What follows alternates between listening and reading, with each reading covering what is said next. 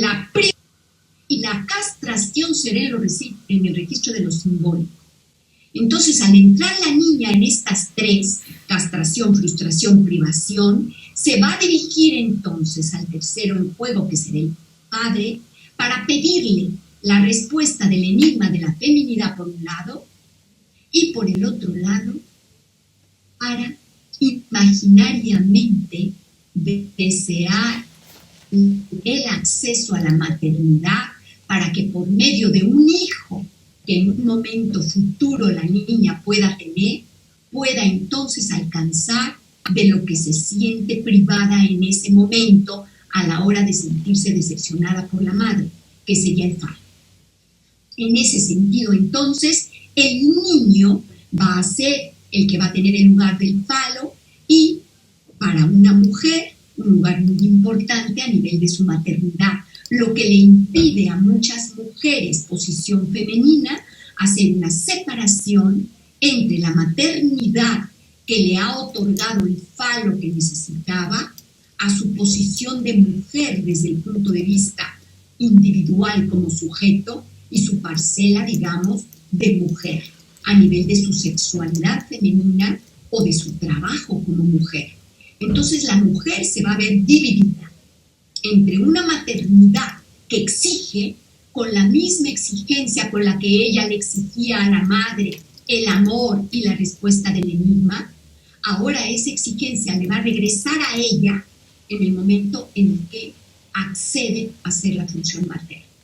Y se va a sentir obligada en muchas ocasiones por el super yo femenino, super yo materno, super yo que va a obligarla a sacrificar todo aquello que la pone en el camino de su deseo como persona, como mujer, que tiene que ver con su sexualidad, que tiene que ver con su trabajo, que tiene que ver con su goce femenino fuera de la maternidad, y va a tener que verse obligada a sacrificarlo para poder responder a esa X que era el enigma del deseo del gran otro, en donde no ha podido ser resuelto a la hora de salir del complejo de Edipo. Dirá entonces Lacan, el niño nunca está solo delante de la madre, porque está el significante de su deseo delante de la madre, es decir, el falo. Felizmente diríamos que no esté solo el niño delante de la madre, que existe el significante falo, que es el que está entre la madre y el niño. Entonces va a haber dos opciones, dirá Lacan.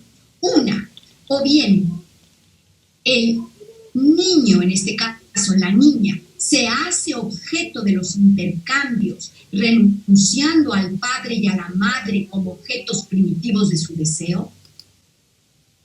Situación, dirá Lacan, que solamente puede ocurrir cuando ya se ha logrado curar la neurosis. Es decir, en un recorrido analítico que se permita que la niña se separe de los significantes primordiales que encarnan los padres como objetos de deseo para la niña, tanto la madre que la ha decepcionado pero sigue siendo su objeto de deseo, como el padre a quien se dirige para que le responda sus enigmas, pero de todas maneras lo tiene como aferrado a él. Entonces, cuando tenemos la opción de que pueda separarse de estos objetos primitivos, la niña puede hacer una sustitución. Hace poco en un tratamiento analítico visualizábamos la posibilidad de dejar caer la mirada agobiante y angustiante de un padre que tiene una cierta, diremos, influencia en la vida sexual y en la vida amorosa de una niña, y que no puede evitar seguir aferrada a complacer esa mirada que está totalmente antagónica a lo que esa niña ahora que ya ha devenido mujer, quiere, es decir, a su deseo, pero no puede tirar la mirada. Y entonces visualizábamos, ¿y si se lograra sustituir la mirada de ese padre que pide algo que no está de acuerdo con el deseo de esa niña? ¿Y si se sustituye por otra? Y eso es la opción que da Lacan en esta clase. Es la opción de entrar en los intercambios. Es la opción de dejar caer los objetos primordiales. Pienso solamente mediante un recorrido analítico. Y la segunda opción, pues que es la opción terrible, es la opción a donde la niña se aferra a ellos. Se aferra al padre, se aferra a la madre, no entra en el intercambio. Por lo tanto, el vínculo edípico se conserva. Tenemos entonces que decir que el deseo encuentra satisfacción solo en la medida en la que puede renunciar. Y entonces, a la hora de renunciar, nos preguntamos ¿a qué? Pues en este caso sería renunciar a los objetos primitivos a los que nos hemos aferrado.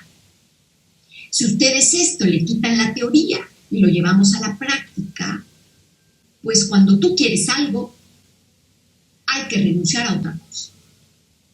En Francia es el dinero o la mantequilla. Hay una metáfora lacaniana que dice l'argent, que es el dinero, o le beurre, que es la mantequilla. Si tú das el dinero, la cajera te da la mantequilla. Pero no puedes tener el dinero y la mantequilla. Digamos que la neurosis quiere tener el dinero y la mantequilla. Y en un recorrido analítico, para que el deseo pueda tener fluidez, tiene que haber un intercambio. Se paga algo, allí tenemos el pago de la sesión analítica, el pago al analista, la función del pago, se paga algo, renuncias a eso y obtienes algo acá. Solo renunciando obtienes. Hay que renunciar en una parte para obtener otra cosa. No puedes conservarlo todo. Y la neurosis exige conservarlo todo. En el recorrido analítico intentamos separar al sujeto de ese aferramiento y que logre entrar en el intercambio.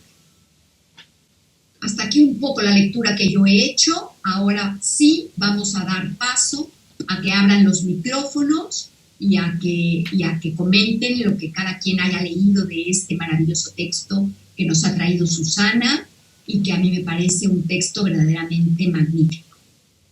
Si alguien quiere intervenir, ahora es el momento. Felicitar a las dos por vuestras exposiciones maravillosas, súper claras. No tengo ningún aporte hoy, ni ninguna cuestión así a priori, pero fantásticas las dos exposiciones. Felicidades. Muchísimas gracias, querida Estrella. Voy a leer, porque yo no tenía el chat, pero ya lo logré abrir. A ver, aquí hay una anotación de Carlos López. Me parece que de acuerdo a la teoría freudiana, la mujer al tener un hijo varón libera su complejo de Edipo, es decir, cumple la función.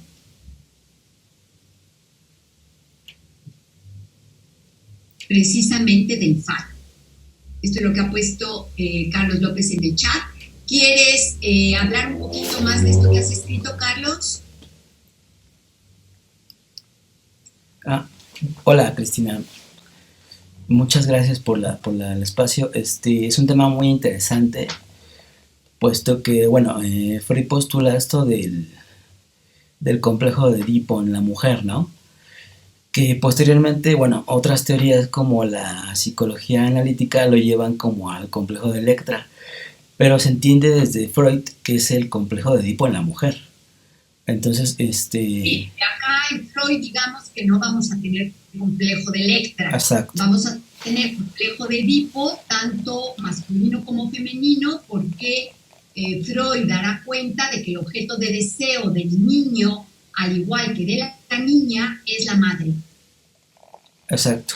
Y es muy interesante el tema porque, bueno, en alguna vez tú comentaste que incluso en algunas ocasiones el analista eh, hace como esta función también, incluso como fálica, pero aquí en lo que yo comentaba en la mujer cuando tiene un hijo varón, como que se libera un poco de este complejo de Edipo, no sé si estoy correcto, pero es de acuerdo a lo que yo estudié con un maestro. Sí, yo diría que no necesariamente un hijo varón, porque hay algunas Ah, ok, mujeres que cuando tienen una niña la colocan en el lugar también del falo, de acuerdo. aunque no tenga pene. Digamos que el lugar del falo no necesariamente es que el sujeto tenga pene o no tenga pene. Ah, ok. Es verdad que hay algunas mujeres que su ideal, por decirlo de esa manera, o el ojito derecho Ujú. es el varoncito, Sí, pero esto no lo podemos generalizar. Hay claro, algunas familias que el ojito derecho de la madre es tu hija, claro. y no tiene nada que ver con que tenga o no tenga pene, sino que lo que Ujú. sí que podemos generalizar es que para las mujeres el hijo cumple en muchas ocasiones función fálica. Claro. Lo que tendríamos un poco que visualizar en la clínica es lo que yo hablaba sobre esta posibilidad de diferenciar, vamos a decir, la maternidad de lo que Ujú. implicaría el deseo de la mujer en su individualidad.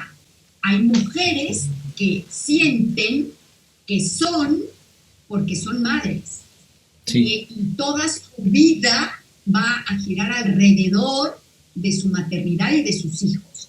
Ujú. Y estas mujeres suelen ser madres bastante extravagantes. Ujú. Claro. Sí, he notado, bueno, este fenómeno en México lo he notado mucho, bueno, con conocidas mujeres que representan mucho esto del falo en el hijo varón, porque dicen referencias como mi príncipe azul, el hombre de mis sueños, y se refieren al hijo, Claro, ¿no? claro, sí, es verdad, Carlos, y los colocan en lugar de pareja. Claro. Entonces se establece un incesto imaginario que daña muchísimo a esos hombres y que Ujú. les imposibilitan tener relaciones amorosas con mujeres fuera de la madre Ujú. o fuera de las hermanas de una manera sana, digamos. Además de que hay Claro. una problemática importante también en relación a lo que van a ser los celos que se van a presentar de ese tercero, el personaje tercero que hemos introducido en esta clase del seminario 5, que es precisamente el personaje del padre. Claro. Pues muchas gracias, es un tema bastante interesante, felicidades por la elección. Muchísimas gracias a ti, querido Carlos, y agradecerte públicamente toda la difusión que nos haces de nuestros eventos, que estamos tan contentos de que los difundas en la zona psique. Aquí hay otro Gracias. comentario de Teresa Mendoza. Dice, la fobia que es la salida de la fase fálica para Jones, ¿cuál era esa fobia? Esta es la pregunta de Teresa Mendoza. ¿Alguien quiere responder lo de la fobia? ¿Alguien leyó un poco más en el texto lo de la fobia de Jones? Que haya más o menos comprendido por qué Jones le llama fobia o qué es lo que quiere decir Jones con lo de la fobia. ¿Cómo lo leyeron?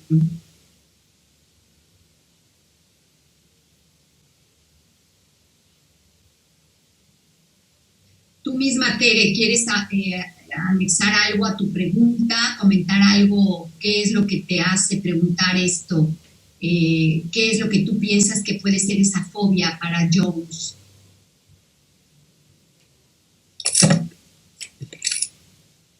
Pues es que no me acuerdo mucho de lo que, o sea, lo leí, pero como que, no sé, como que se me borró, no lo entendí bien, pero creo que un poco de lo que decía era que cuando la mujer se queda en esa fobia, no puede tener relaciones en pareja. Creo que a eso se refería, pero no estoy muy segura, por eso preguntaba yo. A mí Sí, me cuesta mucho trabajo, todo esto de Lacan me cuesta mucho trabajo. sí, Perdón, pero sí me interesa mucho, pero se me hace complicado. sí. Por Bueno, eso esto agradezco mucho estos en realidad, espacios. gracias, Tere. Al contrario, es un placer que estés con nosotros y que traigas estas preguntas, porque yo creo que son preguntas que todo el mundo se hace y a la hora de leer el texto siempre quedan estas como dudas. En realidad lo de la fobia no es de Lacan, es de Jones. Sí, Entonces, ujú, Jones lo que dice, digamos, de lo de la fobia, es que para que haya vamos a decir, va a decir que para que la niña pueda colocarse como mujer, un poco es lo que piensa Jones, según él en su experiencia clínica, él lo que ve es que la niña desarrolla un penis nape. En cuanto al penis nape, allí está de acuerdo con Freud, porque si te pones a ver esto no es nada Lacan, es puro Freud y Jones. Entonces, Freud lo que ha dicho es que hay un penis nape, eso lo ha escrito Freud. Y en esa palabra, penis nape, Freud apunta a la envidia del pene.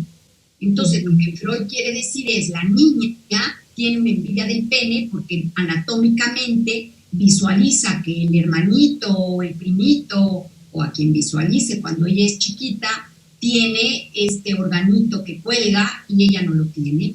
Entonces le llama la atención y a la hora de esa mirada del cuerpo, lo que la niña ve es que ella está privada. Y a eso Freud le va a llamar penis nape.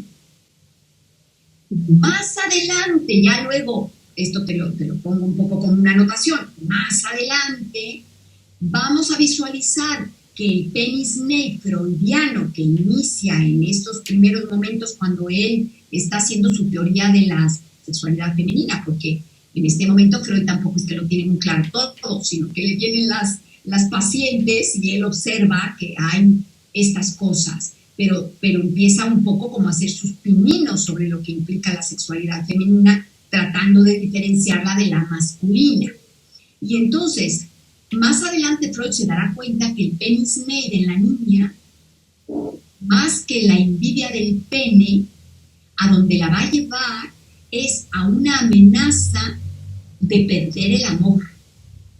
Entonces, en el niño tenemos la amenaza de la castración, que el niño sí tiene miedo de que se lo corten, digamos así, pero la niña lo que le va a venir angustia más adelante, en su posición de mujercita, va a ser la pérdida del amor. Y eso lo podemos ver en la clínica, ustedes mírenlo, el hombre tiene en posición masculina, cuando llega a un tratamiento analítico, aunque se feminiza porque va a tener su discurso desde la histeria, porque va a entrar en la queja, cuando tiene una posición masculina, vemos que su angustia es a perder el trabajo, por ejemplo, el falo, lo que le representan sus dones fálicos, el dinero, el trabajo, y la mujer es el amor, es mucho más hacia el amor lo que le viene la angustia. Entonces, bueno, el penis nape desde Freud sería en este primer momento la envidia de ese pene que observa en el niño.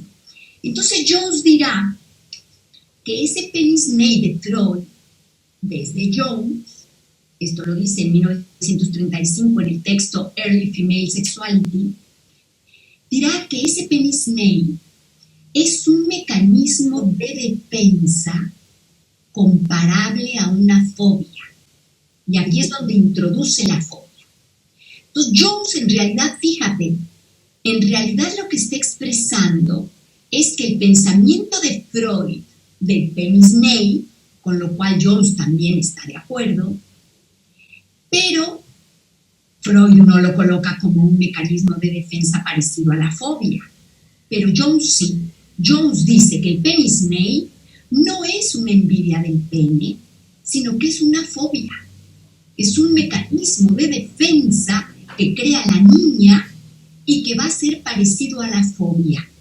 Eso es lo que dice. Entonces dice que se tiene que curar, digamos, el penis May de la niña, tiene que curarse como si de una fobia se tratara. Ahora, vamos a tratar de entrar un poco en el rollo fobia. Obviamente en esta clase no vamos a poder dilucidar todo lo que tiene que ver con la fobia. Recuerden ustedes que en el seminario 4 de la relación de objeto, en donde vamos a tocar al pequeño Hans, en este seminario que es nuestro paciente de la fobia, es aquel, el pequeño Juanito que entra en la fobia de salir a la calle, acuérdense, porque le da miedo el caballo y le viene aquel caballo en los sueños. Entonces, un poco para entender la fobia. ¿Qué sería la fobia? La fobia, desde el punto de vista de Freud, sería un mecanismo de defensa. El mecanismo de defensa que hace un niño ante una angustia. ¿Qué angustia? Pues la angustia de la castración. El Juanito, ¿por qué tiene angustia de castración? Tiene angustia de castración, si ustedes lo recuerdan, porque hay un incesto tremendo con la madre de Juanito. La madre de Juanito es súper permisiva, se desnuda frente al niño, se deja mirar el cuerpo. Es una madre, hoy en día, estas madres tan naturales, entre comillas, que se duchan con los niños, que le dan beso en la boca a los niños, que ellas son muy naturales, dicen ellas, pues están haciendo un incesto, están permitiendo, no ponen límite. Es un poco lo que decía Carlos López ahora con estas madres de mi príncipe azul y mi niñito amado. Y bueno, pues encima de ese discurso del príncipe azul, mi niñito amado, ahora encima desnúdate frente al niño, enséñale tu cuerpo desnudo, y entonces se crea allí un problema con el niño imaginario de lo que sería el incesto. Cuando el padre no tiene la autoridad, hoy en día, siglo XXI, casi ninguno, hay que decirlo, eso sí es que el padre está, eso sí está, porque hoy en día las madres solteras o ya no tienen el hombre, entonces no hay ni siquiera la figura de función paterna, digamos así. Entonces no viene la función paterna a ser el corte que tendría que hacer prohibiendo el acceso a la madre.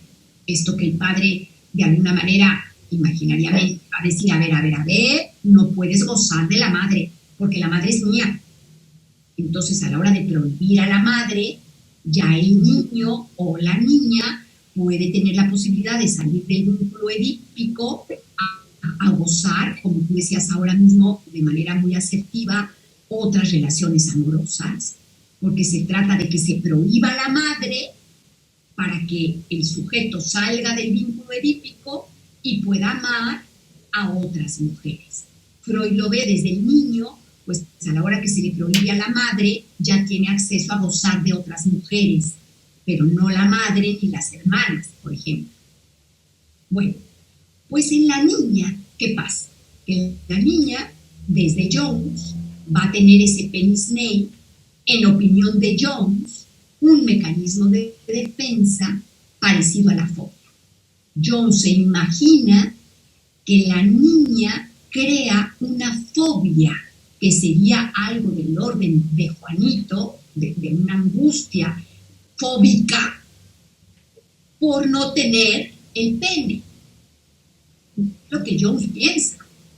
Y él piensa que para que la niña pueda salir del Edipo y relacionarse, como bien dices tú, con otras parejas, ya sea hombres o mujeres, si es que sale lesbiana, pero que pueda tener amor fuera de la madre, tendría la niña necesariamente que curarse el penis May como se cura una fobia. Eso es un poco lo que podemos leer del texto Jones. Ahora, Lacan lo que dice en esta clase es, no. Yo no me adhiero, dice Lacan, al pensamiento de Jones. Así como Freud tampoco se adhirió. Para Freud, el penis-nade no es una fobia. Y por lo tanto no se debe de curar como una fobia. Y para Lacan tampoco. Pero lo plantea en la clase como para que nos demos cuenta de que había por allí otros psicoanalistas que pensaban la feminidad y la sexualidad femenina desde otros lugares diferentes a como lo que estaba pensando Freud en ese momento. Ahora ya cuando entra realmente Lacan a hablar, ya lo que sería lacaniano, digamos, es cuando Lacan va a hablar de una parte que creo que no la he comentado todavía, en donde va a hablar del penis-nade en la niña. Y entonces Lacan lo que va a decir del penis-nade es lo siguiente, mira, dirá, después de que tenemos la decepción, va a decir Lacan, de la niña con la madre, de la que ya les he comentado yo, entonces va a haber un acceso al pene que le falta intentando aprehenderlo, en el sentido de agarrarlo, al pene del macho. Entonces aquí surge una mujer que sale ahí en la clase, que es la señora Lampe de Groot. No sé si la llegaron a leer. Lampe de Groot. Les voy a poner aquí el nombre para quien no la leyó. Lampe de Groot. Esta señora. Lampe de Groot. Entonces, esta mujer dice, es otra psicoanalista, también de la época, una mujer psicoanalista, que dice que la niña entra en el complejo de Edipo de manera de fase invertida al complejo como entra el niño. Y dice que el fracaso de la relación con la madre, esta decepción de la que estamos hablando, le abre la relación con el padre y le permite hacer la equivalencia pene con niño. Un poco lo que ahorita estaba hablando Carlos López. O sea, lo que la señora Lampe de Groot, pues fíjense, estamos hablando de la época de 1935, que es cuando Jones escribe esto de la fobia. Pues la señora Lampe de Groot es una psicoanalista, mujer de esta época también, que dice que para ella, al igual que para Freud, no es una fobia como lo es para Jones, y que ella lo explica como que lo que la niña va a necesitar a la hora que tiene el penis-nade es aferrarse al pene del macho, dirá la mujer en ese momento. Y entonces dice que va a haber tres posibilidades. Que el penis-nade se implante como un fantasma, que sería el anhelo, y esto me pareció genial porque a mí muchas pacientes me lo han traído como anhelo. Dice, el anhelo de que el clítoris crezca algún día al tamaño del pene. Fíjense, este sueño de que el clítoris se haga grande es un sueño de muchas mujeres. Mujeres que piensan que el orgasmo masculino debe de ser mucho más potente e intenso que el femenino. Y entonces, además, cuando la mujer es frígida, por ejemplo, más todavía tiene ese anhelo como de creer que si tuviera un clítoris que le creciera, pues estaría genial, porque ya tendría más intensidad su orgasmo. Entonces, este sería el primero. El segundo, lo deseado sería el pene del padre. En ese sentido, ya lo que tenemos es que se dirige hacia un hombre particular y allí se coloca, yo hablo de pene porque estamos en 1935 y todavía no se ha introducido Lacan con su término falo. Entonces, en ese momento, la señora Lampe de Groot habla de pene. Entonces habla de que la niña tiene ganas de tener un pene más grande y que su clítoris crezca como primera salida, como segunda salida, el pene, el que quiere es el del padre, y como tercera salida, tener un hijo del padre. Y si se ponen a ver, estas son las mismas tres salidas freudianas también. En este primer momento de la etapa freudiana es la misma salida. Ya después Freud va a poder decir que no se trata del pene del padre, que no se trata de un niño del padre, y que la niña va a entrar en el intercambio y va a sustituir al padre por otro hombre y el hijo que tendrá con otro hombre. Pero en ese momento de la psique de la niñita, chiquitita, digamos, la niña que está saliendo del Edipo o entrando en el Edipo para lograr salir del Edipo, porque recuerden que dicen que es a la inversa, entonces lo que la niña está haciendo es intentar ver de dónde se sostiene para poder salir de una forma femenina. Pero si se ponen a ver esta segunda opción de la señora Lampe de Groot y de Freud, todo esto antes de Lacan, es opuesto al pensamiento de Jones, en donde lo que él introduce es la posición femenina, digamos, tendría que curarse la niña de una fobia que según Jones inventa que la niña tiene. Entonces, esto es lo que me parecía a mí muy importante ver en esta clase, porque efectivamente en aquella época eso era lo que se pensaba. Hoy en día puede ser que haya algunos psicoanalistas seguidores de Jones que consideren que para que una niña logre ser mujercita tendría de alguna manera que encontrar la cura de una fobia. Y hay algunos que son seguidores de Jones. Así es de que no podemos decir que esto está descartado y por eso me parecía muy interesante a mí poderlo plasmar. Y Lacan más adelante dirá que no es una fobia porque el falo no entra como objeto fóbico, sino que entra como objeto fetiche en la niña. Y esto nos va a dar la posibilidad de ampliar lo que significa para Lacan objeto fetiche y poder hacer la diferencia entre objeto fetiche y objeto fálico, porque hay algo del orden del objeto falo como fetiche que sí va a tener un lugar importante en la posición de un sujeto a la hora de colocarse de manera femenina.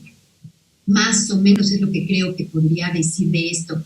Quedó un poquito más claro porque es complejo.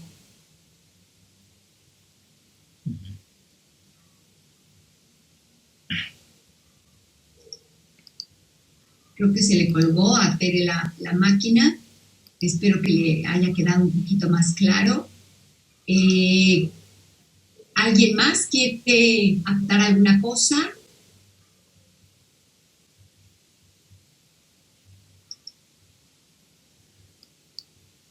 Le voy a dar la palabra a Susana para que comente de lo que hemos venido escuchando. Ella cómo visualiza esto de la fobia de Jones. Muchas gracias, querida Cristina. Sí, yo no lo había entendido y tú le has dado una explicación muy clara. Yo lo que he leído con respecto a Jones es el abandono, cómo posiciona a la mujer en esa fobia o cómo lo posiciona Lacan, como tú dices, como fetiche, como el objeto es diferente, entonces la salida de la situación se hace de una manera diferente. Entonces, me ha parecido muy interesante, me ha parecido magnífica la aclaración que tú le has dado a mi lectura y muchísimas gracias, Cristina. Gracias, querida Susana, al contrario, gracias a ti por esa lectura tan rigurosa que has hecho tú de este capítulo y por haberlo elegido, porque la verdad es de que uno lo empieza a leer y no te da tiempo de ir a las referencias que tienes que ir como para poder ampliar realmente qué es lo que tiene Lacan. desde mi punto de vista es tan enriquecedor porque constantemente te remite a otras lecturas. Eso es. Eso es lo que yo creo que es súper lindo de Lacan.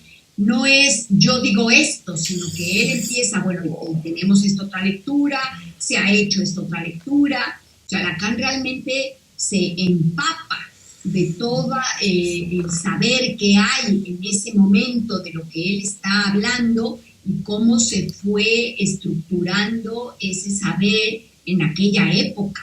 Entonces, cómo cada psicoanalista daba su aporte, daba su opinión, según sus experiencias. Tenemos esta otra referencia de Melanie Klein, a lo de la leche, por ejemplo, y Lacan toma mucho también de Melanie Klein y le interesa muchísimo lo que Melanie Klein habla y también se aparta de Melanie Klein. Coge cosas de su teoría, pero también termina apartándose de estos conceptos kleinianos en donde para Lacan no van a terminar siendo, digamos, la respuesta a las preguntas que él se va haciendo alrededor de la clínica psicoanalítica. Entonces, es lo que es, en mi opinión, maravilloso de Lacan, que te va diciendo él cómo lo va escuchando y leyendo. Un hombre poderosamente disciplinado en todas las lecturas que hace y muy sabio porque lee mucho. Es un hombre que está, digamos, en todo. Ayer estoy de acuerdo con lo que dice Teresa, que es complicado leer a Lacan, pero a la vez el leer a Lacan te hace investigar y de tener otras lecturas. Te da la posibilidad de contrastar, te da la posibilidad de ver la crítica de un sitio, la crítica de otro. Entonces, lo que por un lado lo hace más cerrado, por lo menos para mí, a mi conocimiento, me lo amplía pudiendo ver otros tipos de ejemplos. Y la elección del texto me ha parecido súper interesante igual porque es como los monólogos. A la hora de elegir un personaje, porque eliges el personaje. Y en este caso me ha parecido fabuloso este texto y a mí a nivel personal me ha dado la posibilidad de adentrarme en los deseos o como en las sesiones de psicoanálisis buscar nuestro deseo. Entonces, muchísimas gracias.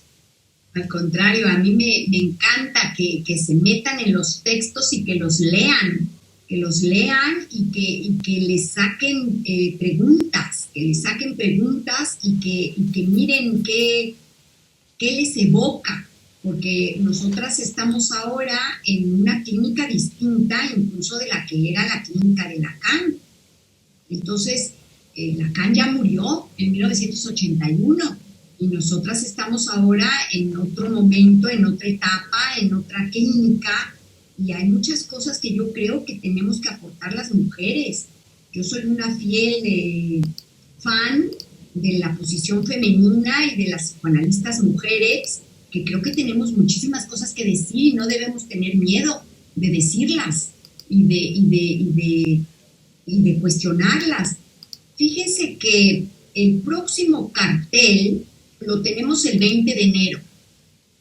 Y Jesús Mondragón, que es el que iba a hacerlo, yo le he escrito diciéndole que veo que no se conecta al grupo del cártel desde hace varias sesiones y que si quiere seguir o no quiere seguir o qué pasa porque no se conecta. También se lo he preguntado a Rafael, un Rafael que está en el cártel, que ni siquiera ustedes saben quién es porque creo que no se ha conectado nunca, y otro que se llama Ricardo, que tampoco se conecta. Entonces es posible que lo saque de nuestro chat de cártel para que lo sepan, porque no se están conectando. Tampoco Adriana Barona se conecta, es posible que también la saquemos, porque no tiene caso. Pero lo que quiero decirles es que Jesús Mondragón había pensado en hablar del fantasma más allá del principio del placer y no se va a conectar y no va a preparar la clase. Entonces, pregunto, si alguien quiere darlo, es el 20 de enero, las reuniones que nos faltan es de Mauro Cruz, de Ana Raff, que ella sí se conecta, pero hoy no pudo, de María Padilla, que también se conecta, y de Jacqueline Velázquez, que ella también suele conectarse. Entonces, estos son los 4 que faltan. Pero en enero la iba a dar Jesús Mondragón. Entonces, si alguna quiere darlo, ¿cómo ven? ¿Se anima alguien? Yo repetiría, pero si nadie se anima, pues yo lo haría. Pero si, por ejemplo, hay alguien... Sí, vamos a tratar de que sea alguien nueva. Ya dimos Cristina, Fernanda y Estrella y Susana. Vamos a ver. Raquel, estupendo. ¿Te animas tú? Sí. Hola, buenas tardes. Hola, buenas tardes. Mira, puedes cambiar el texto, porque nuestro seminario de las formaciones del inconsciente tiene muchísimos textos. Y este texto lo escogió Jesús Mondragón. No necesariamente es un texto que te pueda a ti interpelar. Entonces, voy a mandar, en este momento estoy mandando el programa a nuestro chat de Cartel, ya lo envié, y allí vas a mirar los que ya están cogidos. Y tú mira tu seminario 5 y mira qué te apetece dar aquí, cuál es tu deseo. Acuérdense que aquí es el deseo. Entonces, tú míralo. Si quieres dar el mismo, no hay problema, pero si lo quieres cambiar, tienes toda la opción de cambiarlo. Lo único que te pediría es que me lo mandes lo más pronto que puedas, porque ya estoy haciendo la newsletter de enero y estoy introduciendo ya el cartel de enero para la newsletter de enero, porque como se me vienen todos los eventos acá en España, como ya todos saben, estoy un poquito saturada de trabajo. Entonces, yo te pediría que tú elijas y me lo mandes para que te podamos poner en el cartel de enero. ¿De acuerdo, Raquel? Sí, lo checo, lo reviso y elijo y te lo envío más tarde. Perfecto. Gracias. Al contrario, muchísimas gracias a ti. Me encanta que haya otra persona nueva que la dé. Le agradezco muchísimo a Fernanda y a Estrella por ofrecerse. Si no hubiera habido alguien nuevo, con mucho gusto, cualquiera de las dos hubiera estado genial, que además lo hacen fantástico, pero creo que está bien darle oportunidad a algún miembro del cartel que no haya dado, para que así entre todas podamos escucharnos. Y bueno, pues a ver si alguien más quiere por ahí comentar alguna cosita, cerrar, y si no, para que ya lo cierre Susana, pero primero a ver si alguien más quiere decir algo.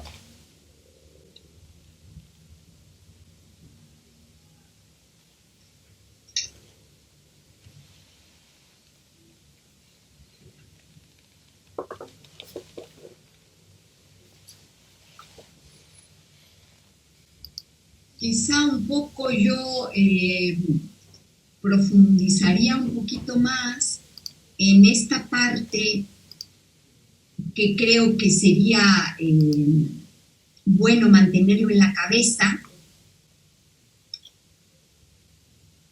La gratitud convierte lo que tenemos en suficiente. En esta frase es la gratitud. Quizás desde el punto de vista psicoanalítico podríamos decir el psicoanálisis. El psicoanálisis convierte lo que tenemos en suficiente. Creo que al final de cuentas, a donde nos lleva el recorrido analítico en posición femenina es como a ponerle un stop a la exigencia. Eso es lo que yo diría. La posición femenina se caracteriza sin análisis por una exigencia. Exigencia que lleva no solamente a la pareja del amor, que puede ser hombre o mujer, porque yo tengo chicas lesbianas que no crean ustedes que porque la pareja es mujer se acaba la exigencia. Recuerden ustedes que siempre hay una posición sexuada que va más allá de la anatomía corporal. Entonces, en las parejas lesbianas de mujeres, una de las dos ocupa una función fálica y la otra ocupa una función femenina. Entonces, la exigencia femenina del amor de estas mujeres en posición femenina agobia a sus parejas. Es agobiante, acaba siendo enloquecedor, porque no para la exigencia. Entonces las ven ustedes mirando el móvil de la pareja, celosas, persiguiendo, machacando, exigiendo. La exigencia yo podría decir que se visualiza en muchos síntomas. Los síntomas de la exigencia en la posición femenina. Los síntomas ocurren a nivel del cuerpo y a nivel de lo que el sujeto femenino hace. Pero los síntomas son también causados por lo que vamos a llamar la insatisfacción primordial de la decepción. Entonces el análisis puede permitir que una persona en posición femenina logre detener la exigencia.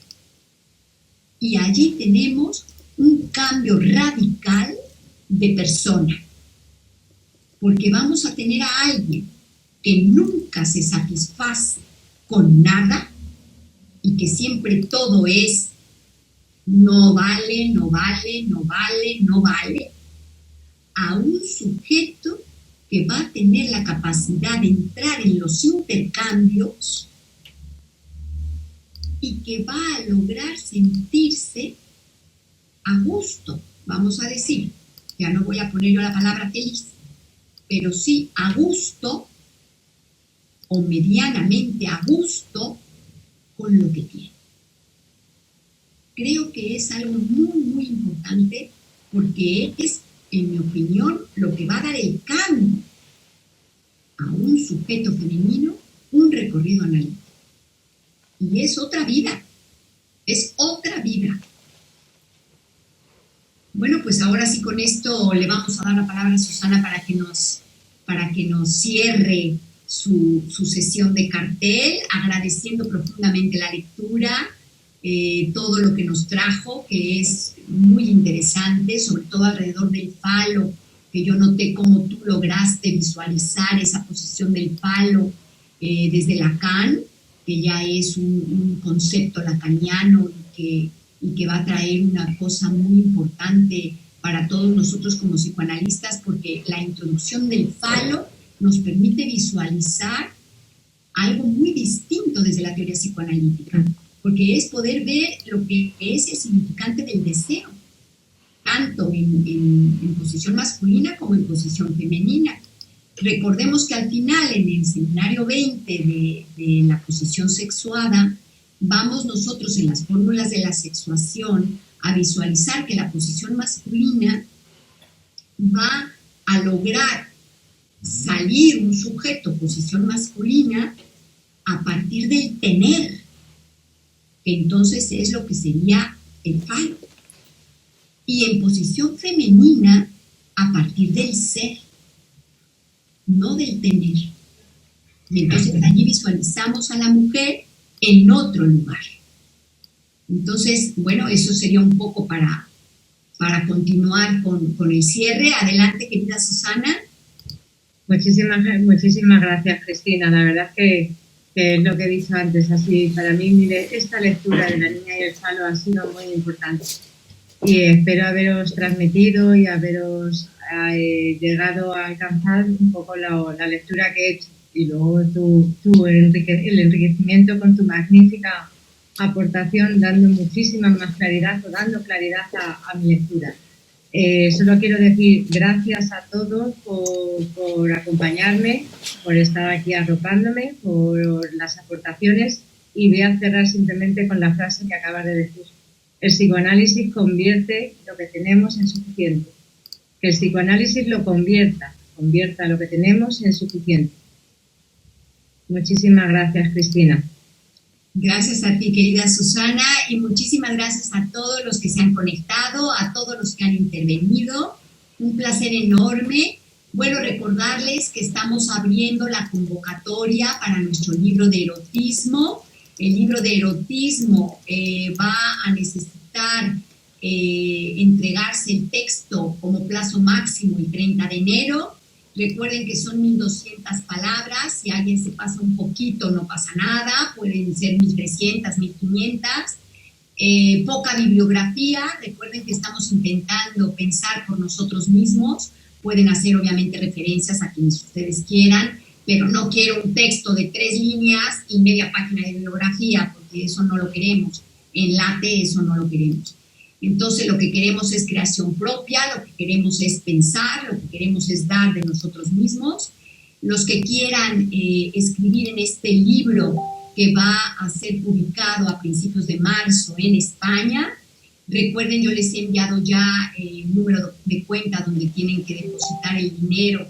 Costará 20 euros en México, porque este libro va a tener que irse por correo a México, llegará a casa de Paola Franco, que es la vicepresidenta de LATE en México, van a llegar todos los libros juntos y ya Paola los va a repartir entre todos los coautores que van a tener que acercarse a casa de Paola o van a tener que pagarle correo a Paola para que Paola lo ponga por correo, pero ya en México, que es bastante simbólico el pago. Pero desde acá, desde España, es bastante caro, por lo que yo voy a enviar todos los libros juntos y entonces el coste del libro en México es de 20 euros. El coste del libro en España es de 15 euros. Los que quieran son bienvenidos y nada más me dicen por favor cuántos libros quiere cada quien, porque vamos a imprimir solamente los que compren. Muchísimas gracias a todos por haberse conectado, un placer enorme. Les mando el siguiente contacto con Raquel Núñez. Un agradecimiento enorme a Tere Mendoza, que nos ha aclarado, gracias a su pregunta, lo de la fobia, que es bastante complejo en Jones, y es bastante complejo también entender la fobia. Hay que abrir un poco también la posibilidad de hablar de la fobia, porque la clínica de niños es muy importante. Yo tengo aún una paciente que, por ejemplo, tiene fobia a subirse al ascensor, y ya no es niña, es una mujer de 40 años, y no se quiere subir al ascensor de mi piso. Y se va por la escalera, y sube por la escalera, y baja por la escalera, y como yo vivo en un quinto piso, llega sin aliento, porque imposible hacerla subir al ascensor. 1 año y medio después, la chica está cogiendo el ascensor. Entonces decimos, bueno, eso es la cura de la fobia. De alguna manera es lo que, según Jones, daba paso a lo que sería la posición femenina. Pero ahora en esta clase ya nos ha quedado claro que no, que desde Freud no, que desde Lacan no, y que esto ha sido pues un pensamiento de Jones. Pues muchísimas gracias a todos por conectarse y seguimos en contacto. Gracias, Susana querida, una clase súper buena. Hasta muy pronto a todos. Y gracias por animarse a leer a Lacan. Nos vemos. Bye bye.